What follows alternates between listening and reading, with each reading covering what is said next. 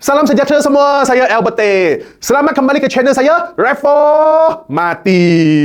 Baik, saudara dan saudari semua, adakah anda tahu Jabatan Kehakiman Amerika Syarikat telah mendedahkan semua urusan komunikasi berkaitan siasatan dan pendakwaan terhadap Jeffrey Epstein?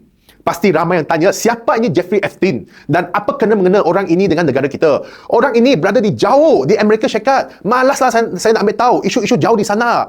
Jika anda fikir begitu, memang silap besar.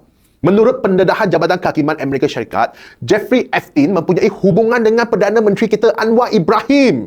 Ya, mari kita lihat berita ini. Diterbitkan oleh Malaysia Kini bahawa rakan Jeffrey Epstein, Anwar jadi PM lombong emas untuk JP Morgan. Lihat gambar ini, lihat berita ini. Nah, Anwar Ibrahim kantoi lagi dengan skandal antarabangsa. Baik, saya akan memberikan pencerahan secara satu-satu supaya penonton semua faham apa yang berlaku. Mengapa Anwar Ibrahim didakwa sebagai lombong emas go mai kepada JP Morgan. Pertama, saya akan memperkenalkan siapa itu Jeffrey Epstein. Dia merupakan tycoon atau dipanggil sebagai hartawan yang menjadi tumpuan skandal perdagangan seks yang turut memalitkan pemimpin politik dan ahli perniagaan terkemuka di Amerika Syarikat. Seperti bekas presidennya Bill Clinton. Lihat gambar ini. Dan presiden semasa Donald Trump. Lihat gambar ini. Serta pengasas Microsoft Bill Gates. Lihat gambar ini. Ini adalah antara orang yang terkaya di dunia. Pada tahun 2008, Jeffrey Epstein disabitkan kesalahan membabitkan kanak-kanak untuk tujuan pelacuran dan menjalani hukuman penjara 13 bulan. Bayangkan, tersabit dengan kesalahan jenayah begitu serius dan berat, hanya dijatuh hukum penjara 13 bulan sahaja. Memang ada layanan luar biasa jika seseorang mempunyai wang dan pengaruh. Ya. Pada 6 Julai 2019, Jeffrey Epstein sekali lagi ditangkap oleh FBI kerana di atas pertuduhan memperdagangkan seks melibatkan kanak-kanak di Florida dan New York.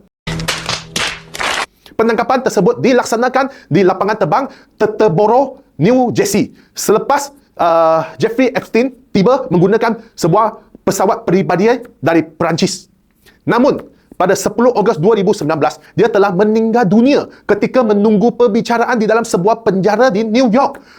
Keadaan kematiannya telah menimbulkan keraguan awam yang meluas serta mencetuskan pelbagai teori konspirasi. Seterusnya, saya ingin memperkenalkan JP Morgan. Ia adalah sebuah firma perkhidmatan kewangan global dengan aset 4 trilion USD dari Amerika Syarikat. Ibu pejabatnya di New York City. Ia menyediakan perbankan, pelaburan, pengurusan aset dan perkhidmatan perbankan komersial kepada syarikat, kerajaan dan individu di lebih 100 negara. Baik, sekarang kita masuk ke topik utama hari ini.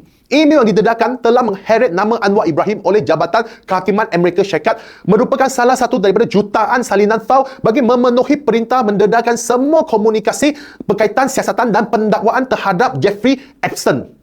Persoalan timbul selepas salah satu salinan email pada tahun 2012 yang diterbitkan oleh White House di mana semua identiti pengirim ditutup atau dihitamkan.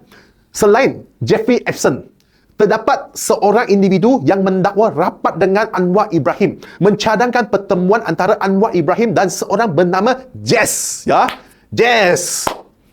Jess dipercayai merujuk kepada Jess Staley, pegawai eksekutif kanan yang terpaksa meletak jawatan dari JP Morgan susulan pendedahan mengenai persahabatannya dengan Jeffrey Epstein. Kandungan email daripada seorang individu kepada Jeffrey Epstein bertarikh 21 Februari tahun 2012 memaparkan, ya, jelas ini dengan jelas perlukah kita atau pertemuan tertutup Jess dengan Anwar Ibrahim. Iaitu 4 tahun selepas hartawan itu mengaku bersalah terbabit dalam skandal seks melibatkan gadis semuda 14 tahun. Email tersebut turut memaparkan kandungan yang sangat mengejutkan. Jika Anwar Ibrahim dilantik Perdana Menteri Malaysia, dia akan membersihkannya dan ia boleh menjadi lombong emas go mai untuk JP Morgan. Saya mengenali Anwar Ibrahim dengan baik, sentiasa mengikutnya selama bertahun-tahun walaupun semua orang berkata dia tidak ada harapan dan tidak dapat kembali. Keadaan kini nampak berbeza. Lihat email ini. saudara dan saudari semua, lihat email ini dalam bahasa Inggeris.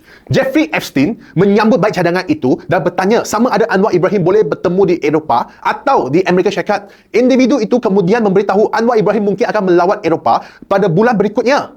Sambil berkata akan menyemak sama ada Anwar Ibrahim ada rancangan melawat Amerika Syarikat. Dia turut memberitahu ada kemungkinan bulan Mei di Malaysia, tetapi ia bergantung bila pilihan raya akan diadakan. Yang tadi terpapar dalam email tersebut.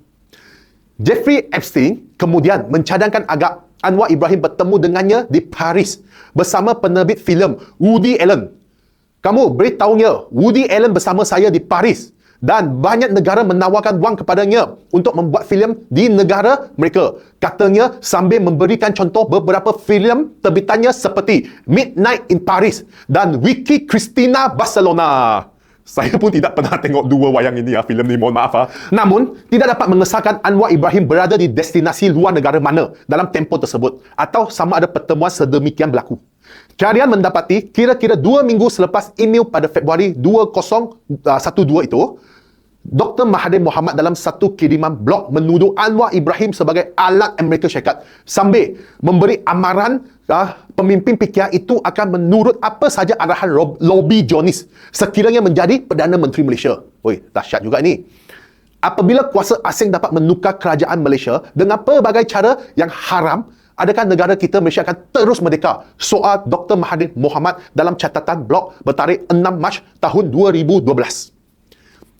Kenyataan Dr. Mahathir Mohamad itu hanya 2 bulan selepas Washington mengalu-alukan keputusan Mahkamah Tinggi membebaskan Anwar Ibrahim atas tuduhan meliwat bekas pembantunya, Saiful Bukhari Muhammad Aslan. Oh, disgusting! Menurut seorang jurucakap daripada Jabatan Negara Amerika Syarikat dalam satu kenyataan bahawa keputusan itu mencerminkan kebebasan Badan Kehakiman Malaysia dan membuka ruang kepada semua rakyat Malaysia untuk menumpukan perhatian terhadap masa depan berhubung keputusan Mahkamah Tinggi membebaskan Anwar Ibrahim ketika itu. Namun, 2 tahun selepas itu, Anwar Ibrahim disabitkan dengan tuduhan yang sama dan dihantar ke penjara Sungai Buloh. Walau bagaimanapun, Perdana Menteri Anwar Ibrahim harus tampil memberikan penjelasan mengenai email tersebut, memberikan penjelasan penuh bagi melindungi maruah dan integriti institusi kepimpinan negara kita. Sekian saja hari ini. Jika anda suka perkongsian saya, jangan lupa subscribe, like dan share untuk menyokong usaha saya terus menyediakan video selanjutnya kepada anda semua. Jumpa lagi, jangan lupa lawan tetap lawan.